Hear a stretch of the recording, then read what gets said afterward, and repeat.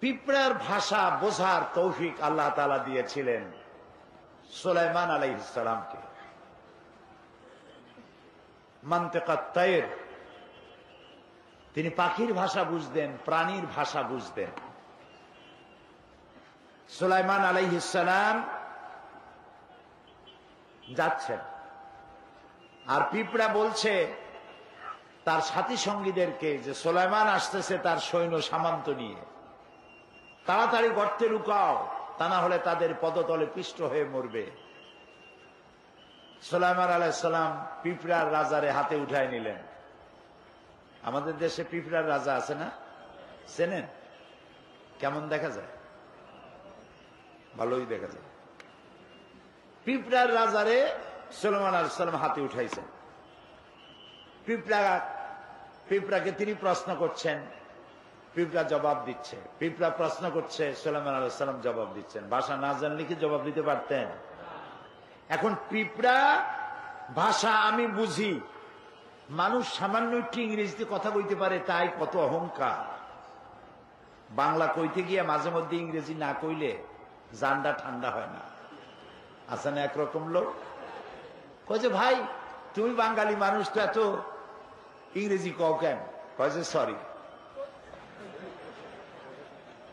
কয় যে এইটা একটা ইংরেজি কয়ে ফেললেন, কয় এক্সট্রিমলি সরি। তো মানুষ একটু ভাষা শিখলে, একটু বিদ্যা অর্জন করতে পারলে একটা অহংকার সৃষ্টি হয়, সকলের হয় না। রব যার প্রতি এহসান করেছেন, দয়া করেছেন, তার হয় না। এখন সুলাইমান আলাইহিস সালাম পিঁপড়ার সঙ্গে কথা বলছেন, তার মধ্যে একটা অহং বোধ আসতে পারে। পিঁপড়ার ভাষা বুঝতেছি আমি, কিন্তু নবুয়তের শান দেখুন।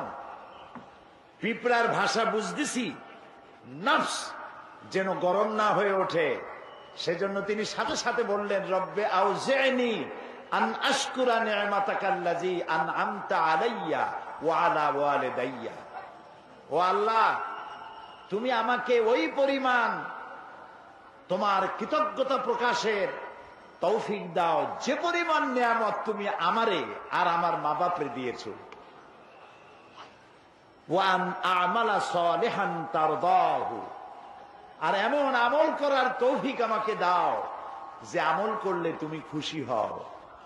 ওয়াদখিলনি বিরাহমাতিকা ফি ইবাদিকা সালিহিন, আর তুমি আপন করুণায় আমাকে তোমার সালিহিন বান্দাদের মধ্যে শামিল করে নাও। ভাষা একটি নিয়ামত। আর রহমান আল্লামাল কোরআন খলাকাল ইনসান আল্লামাহুল বায়ান। মানুষকে আল্লাহ ভাষা শিক্ষা দিয়েছেন। এই যে পাখিরা গান গায়, কুহু কুহু তাদের, আপনি শোনেন কুহু কুহু, সে তো বলতেছে আল্লাহু আল্লাহু। ওয়ালাকিন লা তাফকাহুনা তাসবিহাহুম, তোমরা ওদের তাসবিহ বোঝো না। ওরা ওদের ভাষায় আল্লাহর গান গায়, আল্লাহর কৃতজ্ঞতা স্বীকার করে, আল্লাহর তাসবিহ পড়ে। প্রিয় ভাই সব, মাতৃভাষা আল্লাহর দান। আল্লাহ তাআলা বলছেন, ওমা আরসালনা মির রাসূলিন ইল্লা বিলিসানি কওমি লিয়ুবাইয়িনা লাহুম। আমি এমন কোন নবী পাঠাই নাই যে নবীকে তার জাতির মাতৃভাষায় পাঠাই নাই। এই মাতৃভাষায় নবী পাঠাইছি এই জন্য যাতে করে তারা আমার বাণীগুলিকে তার জাতিকে বুঝাই দিতে পারে। আল্লাহ নবী পাঠাবেন আরব দেশে, সেজন্য লন্ডন থেকে নবী বানায় আনেন নাই। ইংরেজি কইলে আরবরা বুঝবে কি, ঠিক না? সুতরাং যে জাতি কাছে আল্লাহ নবী পাঠাবেন সেই জাতির মাতৃভাষায় আল্লাহ নবী পাঠিয়েছেন। এই ভাষা হচ্ছে আল্লাহর দান। ওয়ামিন আয়াতিহি খালকুস সামাওয়াতি ওয়াল আরদ ওয়া ইখতিলাফি আলসিনাতিকুম ওয়া আলওয়ানিকুম।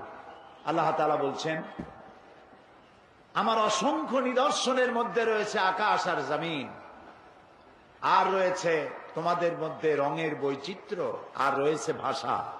অসংখ্য ভাষা এবং রং, এসব আমার সৃষ্টি, আমার নিদর্শন। ইন্না ফী যালিকা লাআয়াতিন লিল আলামিন। আর যারা বুদ্ধিমান সেই সব মানুষের জন্য, জ্ঞানবান মানুষের জন্য আমার এসব জিনিসের মধ্যে রয়েছে অনেক নিদর্শন। নবী করিম সাল্লাল্লাহু আলাইহি ওয়াসাল্লাম তাকে ছোট্ট অবস্থায় আল্লাহ তাআলা লালন পালন দায়িত্ব দিলেন বনি সাদ গোত্রের কাছে। যেহেতু আরবের মক্কার ভাষা আঞ্চলিক ভাষা, কলুকাল ল্যাঙ্গুয়েজ তাদের আরবি ভাষা, কিন্তু কথাগুলি তারা উচ্চারণ করে স্থানীয় ভাষা। যেমন আমাদের মাতৃভাষা বাংলা হলেও এক এক এলাকায় এক এক ধরনের। চট্টগ্রামের বাংলা আর সিলেটের বাংলা, নোয়াখালীর বাংলা, বরিশালের বাংলা, এসব কি একরকম? একরকম। এই জন্য সৈয়দ মুজতবা আলী, নাম করা ঔপন্যাসিক সাহিত্যিক, তিনি তার বইয়ের মধ্যে লিখেছেন বাংলা ভাষার জন্ম হয়েছিল নদিয়ায়, শান্তিপুরে। ওদের ভাষা খুব ভালো। এই বাংলা ভাষার জন্ম হলো নদিয়া এবং শান্তিপুরে, আর এর মৃত্যু হলো চট্টগ্রামে। কুলখানি হলো সিলেটে, চল্লিশা হলো নোয়াখালীতে। এটা আমি বলি নাই, কিন্তু সৈয়দ মুজতবা আলীর লেখা। মানে বাংলা ভাষারে যা বানাইলো তারা। তবে চট্টগ্রামের ভাষা ভালো, অল্পের মধ্যে কাম সারে। মুখাফফাফ যাকে বলা হয়। ছাগল, এত লম্বা কথা কেডা কয়, এর থেকে সব। পাগল, এত লম্বা কথা বলার দরকার নাই, পর। আপনারা এত লম্বা কথা এত সময় কই অনারা। আমি মৌলানা শামসুদ্দিন সাহেবকে শুনেছি টেলিফোনে বলে, বদ্দা আই শামসুদ্দি খদ্দে। এই যে কলুকাল ল্যাঙ্গুয়েজ, এটি ভালো, এবং আপনাদের ভাষা, চট্টগ্রামের ভাষা খুবই ভালো, সিলেটের ভাষা এটাও ভালো। সব জায়গার কলুকাল ল্যাঙ্গুয়েজ খুব ভালো, আলহামদুলিল্লাহ। আপনাদের ভাষার মধ্যে আরবির মিলজুল আছে। কেউ যদি ডাকে এ আব্দুল করিম, সে বলছে লব্য, বলে না? এই লব্যটা কি? লাব্বায়কের অপভ্রংশ, এটা আরবির কাছে কাছে। এখানে লোকেরা কাদা বলে, পাত্রকে কাদা বলে, এটা আরবিতে কাদহুন। কাদহুন মানে পাত্র, পেয়ালা। তাহলে দেখা যায় আপনাদের কথা আরবির কাছাকাছি। সিলেটেও এরকম তাদের কথাগুলি আছে। মীমাংসা করতে গিয়ে তারা বলে, বিচারকরা, এই কজিয়ার সমরা হলো এই। কজিও আরবি, সমরাও আরবি। তারপরে বলে যে কিনার কিনার, ওই পাশ দিয়ে যাও, সেটা বলে কিনার কিনার, কিনার দিয়ে যাও, এক কোনা দিয়ে যাও। এভাবে অনেক ভালো ভালো শব্দ আরবি মিলজুল রয়েছে। আমি আজকে ভাষার তাফসীর করতেছি না, যেহেতু আজকে ঐতিহাসিক আন্তর্জাতিক মাতৃভাষা দিবস, সেজন্য বলছি আজ থেকে 54 বছর আগে 1952 সালে রাষ্ট্রভাষা বাংলার আন্দোলন করেছিল আমার দেশের দামাল ছেলেরা। সেই আমার দেশের দামাল মুসলিম ছেলে সালাম, বরকত, রফিক, জব্বার আমার মাতৃভাষার জন্য তারা জীবন দিল। গোটা জাতি শ্রদ্ধার সাথে তাদেরকে স্মরণ করেছে। আমরাও তাফসীরের মাহফিলের পক্ষ থেকে এই 4 বীর সন্তানের জন্য দোয়া করি, আল্লাহ আমার মায়ের ভাষার জন্য যারা জীবন দিল, জান্নাতুল ফেরদাউসের মেহমান তাদেরকে বানায় নিও। প্রিয় ভাই সব, তবে একটি জায়গায় আমি একমত হতে পারি না, সেটি হলো ঘটনাটি ঘটেছিল রফিক, জব্বার, সালাম, বরকত জীবন দিয়েছিল বাংলা ভাষার জন্য। কোন ভাষার জন্য? সেই দিবসটি ছিল 8ই ফাল্গুন। আন্দোলন করলাম বাংলা ভাষার জন্য, কিন্তু তা উদযাপন করি আমরা 21শে ফেব্রুয়ারিতে। এইটা আমি বুঝি না, মিলতাল করতে পারলাম না। কেন বুঝলাম না তাও বুঝি না। যদি 21শে ফেব্রুয়ারি না করে 8ই ফাল্গুন করতাম, তাহলে বোধহয় বাংলা ভাষার মর্যাদা আরো একটু হইত। আজ কোর্ট কাছারি আদালতে বাংলা ভাষার জন্য 21শে ফেব্রুয়ারিতে পাঞ্জাবি পরে লোকেরা, যেমন পয়লা বৈশাখ একদিনের জন্য একটু বাঙালি হয়, ইলশা মাছ, পান্তা ভাত আর কাঁচামরিচ আর কাঁচা পেঁয়াজ এগুলোতে খাইয়া একদিনের জন্য একটু বাঙালি হয়। এর কোনো মানে নাই। আমাদের কোর্ট কাছারি আদালতে আমাদের বিজ্ঞ আইনজীবীরা বিচারককে সম্বোধন করে মাই লর্ড। কি মারাত্মক কথা! মাই লর্ড মানে কি? আমার প্রভু, আমার রব। নাউজুবিল্লাহ, সবাই বলি নাউজুবিল্লাহ। আপনারা বলুন, মহামান্য আদালত, মহামান্য বিচারক, মাই লর্ড, এই কথা বলা কবিরা গুনাহ। কোন মুসলমানের বিচারককে মাই লর্ড বলা জায়েজ নাই, হারাম, কবিরা গুনাহ। আপনি বাংলায় বলুন মহামান্য আদালত, মহামান্য বিচারক। সুতরাং বাংলায় কথা বলতে শিখি, বিশুদ্ধ বাংলা বলতে চেষ্টা করি, তাহলে ভালো হবে। এবং আজকের এ বিষয়ে আমার শেষ কথা, আসুন জীবনের সকল স্তরে বাংলা ভাষা চালু করার আন্দোলন শুরু করি। বাংলা ভাষা না জানলে, না বুঝলে, কোরআন যদি বাংলায় তাফসীর না হইতো, তাহলে সাধারণ লোকেরা কোরআন বুঝতে পারত না। এই জন্য আমার মায়ের ভাষা শুধু নয়, আমার বাপের ভাষাও বাংলা। সুতরাং মাতৃপিতৃ ভাষা বাংলা। এই ভাষার সাথে আমাদের প্রাণের সম্পর্ক, জীবনের সম্পর্ক। এ ভাষা আমি তৈরি করে নাই, কোন বুদ্ধিজীবী তৈরি করে নাই। সমস্ত ভাষার স্রষ্টা কে? সবাই বলুন, সে আল্লাহর প্রশংসা করছি। প্রিয় ভাই সব, আমরা এসেছি কোরআন শুনতে। কি শুনতে এসেছি? কোরআন। আলহামদুলিল্লাহ, এই কোরআন শুধু মুসলমানদের জন্য আসে নাই। আল্লাহ তাআলা কোরআন সম্পর্কে বলেছেন, হাযা বায়ানুল লিন্নাস হুদাল লিন্নাস, এটা পৃথিবীর সকল মানুষের জন্য আমি নাজিল করেছি। সুবহানাল্লাহ। আল্লাহর নবী বলেন, লা তুহসাব আজাইবুহু ওয়ালা তুবলা গারাইবুহু ফিহি মাসাবিহুল হুদা ওয়া মানারিল হিকমা। আল্লাহ তাআলা বলেন, আল্লাহর নবী বলেন, এই কোরআন কোনদিন পুরাতন হবে না, জীর্ণ হবে না, শীর্ণ হবে না। এই কোরআনের বিস্ময়কারিতা, এই কোরআনের আশ্চর্য অবস্থা, বিস্ময়কারিতার কোনো শেষ নাই। বিজ্ঞানের আবিষ্কার যত বাড়বে, বিজ্ঞান যতই অগ্রসর হবে, ততই কোরআনের কাছে বিজ্ঞানীরা ভিক্ষুকের মতো কিয়ামত পর্যন্ত হাত তুলে থাকবে। এটা শেষ নাই, কোনদিন পুরাতন হবে না।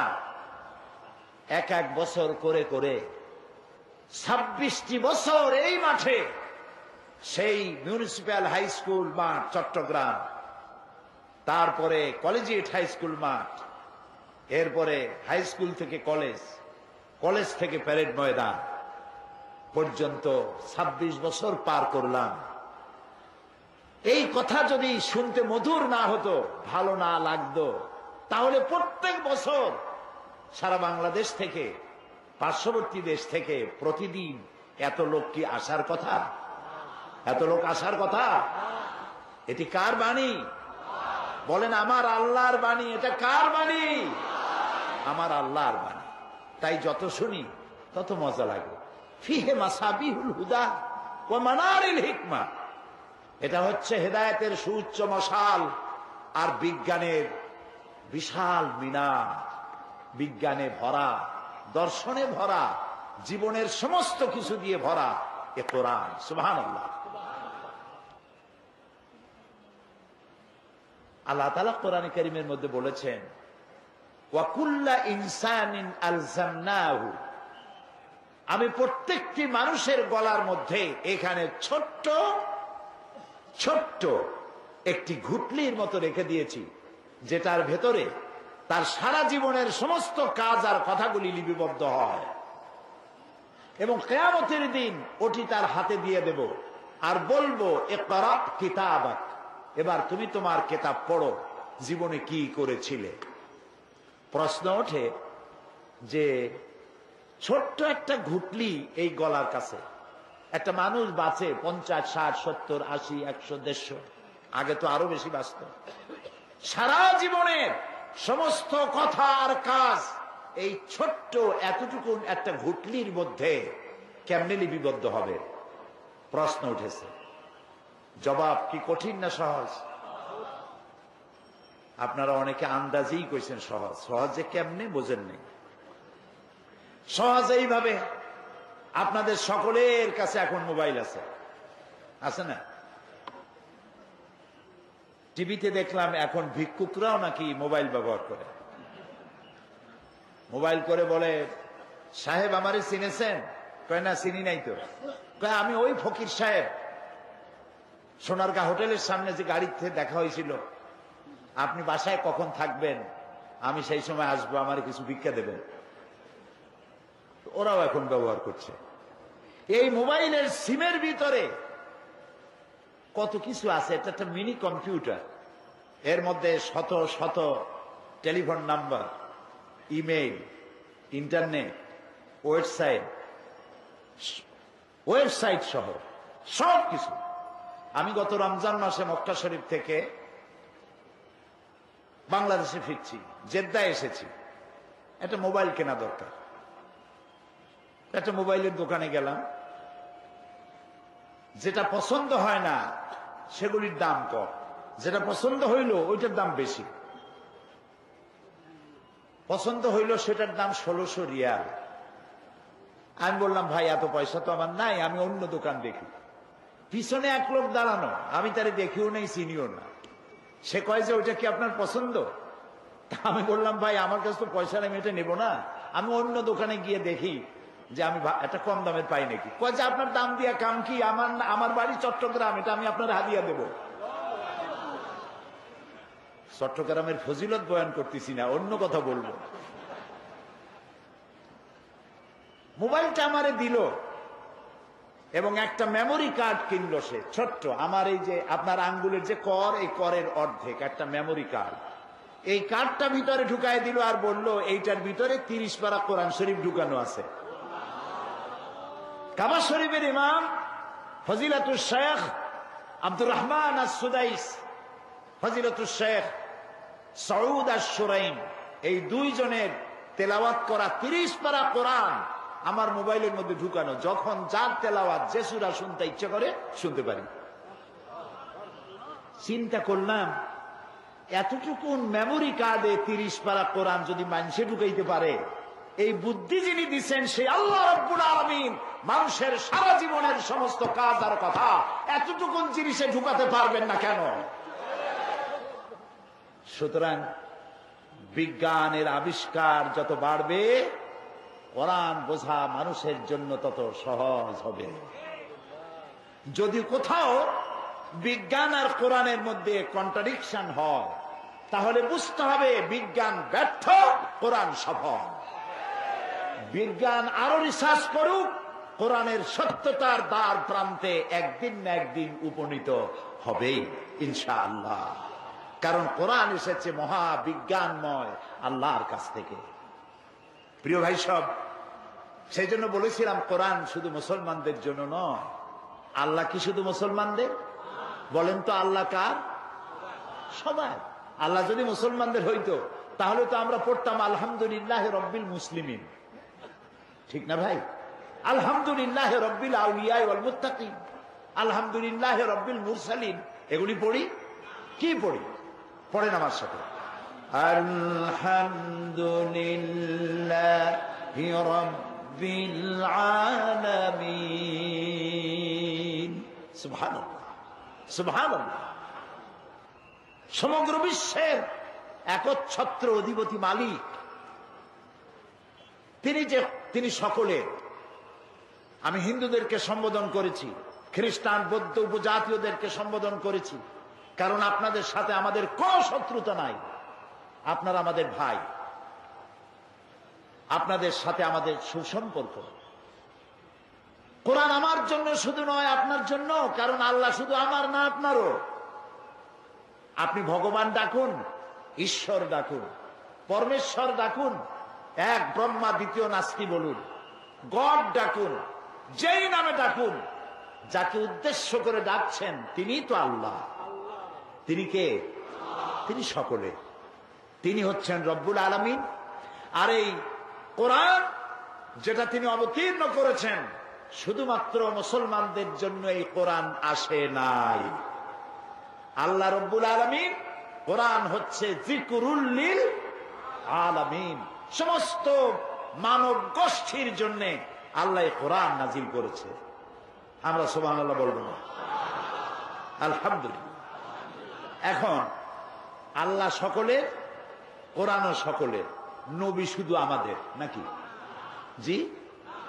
এবার দেখুন, কোরআন আল্লাহ সকলের, কোরআনও যার কাছে কোরআন নাজিল হইল তার সম্পর্কে আল্লাহ কি বলছেন? ওয়ামা আরসালনাকা ইল্লা রাহমাতাল লিল আলামিন। নবী হে, আমি আপনাকে আমার গোটা সৃষ্টি জগতের জন্য, হোল ম্যানকাইন্ড, সমস্ত মানব গোষ্ঠী, এমনকি সৃষ্টি জগতের জন্য আপনি আমার করুণার মূর্ত প্রতীক, আপনি আমার রহমত। সৃষ্টি জগতের জন্য। নবী করিম সাল্লাল্লাহু আলাইহি সাল্লাম হেঁটে যাচ্ছিলেন, দেখলেন একটা উট দাঁড়ানো, রাসূলের দিকে তাকায় আছে, উটের চোখ দিয়ে পানি পড়তেছে। উটটি কৃষ, শুকনা, গায়ে গোস্ত টোস্ত নাই। নবী করিম সাল্লাল্লাহু আলাইহি ওয়াসাল্লাম উটের মালিককে ডাকলেন আর বললেন, উট তার নীরব ভাষায় আমাকে জানালো, এই উটের তুমি যত্ন নাও না, ঠিক মতো পানি আর খাবার তুমি তাকে দাও না, তোমাকে আল্লাহর কাছে দায়ী হয়ে যেতে হবে। সুবহানাল্লাহ। শুধু কি মানুষের জন্য রহমত? গোটা সৃষ্টি জগতের জন্য তিনি রাহমত। সমগ্র বিশ্বের সর্বশ্রেষ্ঠ মহামানব। এই যে কোরআন, এটা কি? একটি বারের জন্য আমার আল্লাহ তার হাবিবকে নাম ধরে ডাকলেন না। সুবহানাল্লাহ বলবেন না? তিনি তো বললেন, ইয়া আদম, ইয়া ঈসা, ইয়া মূসা, ইয়া জাকারিয়া, ইয়া ইয়াহইয়া, ইয়া ইব্রাহিম। কে আমাদের জাতির পিতা? তাও বুঝতে ভুল হয়। কে আমার জাতির পিতা? কোন মুসলিম সন্তান জাতির পিতার ব্যাপারে কোনো আপোষ করতে পারে না। এ মুসলিম মিল্লাতের একমাত্র পিতা ইব্রাহিম আলাইহিস সালাম। কোন বেঈমান ছাড়া, কোন মুনাফিক ছাড়া, ইব্রাহিম আলাইহিস সালাম ছাড়া কাউকে জাতির পিতা বলতে পারে না। আল্লাহ তাআলা কোরআনে কারীমের মধ্যে কোথাও বলেন নাই ও জাতির পিতা ইব্রাহিম, বলেছেন না। ডাইরেক্ট, ওয়ানাদাইনাহু আইয়া ইব্রাহিম, আমি ডেকে বললাম, ও ইব্রাহিম, কাদ সাদ্দাকতা রুইয়া ইন্না কাযালিকা নাজজিল মুহসিনিন। ও ইব্রাহিম, তুমি তোমার স্বপ্নকে বাস্তবে রূপ দিয়েছো, আর আমি এভাবে করি মুহসিনিনদেরকে আমি জাযা দান করি, পুরস্কৃত করে থাকি। সবাই নাম ধরে ডাকলেন। গোটা কোরআনে কারীমের মধ্যে আল্লাহ রাব্বুল আলামিন একটি জায়গায়ও ইয়া মুহাম্মদ, ইয়া আহমদ বলে কোথাও ডাকলেন না, বরং আল্লাহ রাব্বুল আলামিন বললেন, ও মানুষেরা, তোমরা যেমন পরস্পর পরস্পরকে নাম ধরে ডাকাডাকি করো, এইভাবে করে আমার নবীকে কখনো নাম ধরে ডাকবা না। কখনো আমার নবীকে নাম ধরে ডাকবে না। সুবহানাল্লাহ। আল্লাহ তাআলা নিষেধ করে দিলেন। এই যে সর্বশ্রেষ্ঠ নবী, তার জীবন সর্বকালের সমগ্র মানব গোষ্ঠীর জন্য একমাত্র গ্রহণযোগ্য আদর্শ। লাকাদ কানা লাকুম ফি রাসূলিল্লাহি উসওয়াতুন হাসানাহ। একমাত্র তিনিই গ্রহণযোগ্য, তার কাছ থেকে আদর্শ গ্রহণ করো। তার চরিত্রের সার্টিফিকেট দিলেন আল্লাহ তাআলা নিজে, ইন্নাকা লাআলা খুলুকিন আযীম, আপনি উন্নত চরিত্রের উপরে প্রতিষ্ঠিত। তার চরিত্রটাই ছিল কানা খুলুকুহুল কোরআন, তার চরিত্রটা ছিল কোরআন। তিনি ছিলেন চলমান কোরআন। সুবহানাল্লাহ, সুবহানাল্লাহ। যেটা 30 পারা কোরআন, সেটাই রাসূলের 23 বছরের নবুয়তের জীবন। যেটা রাসূলের 23 বছরের নবুয়ত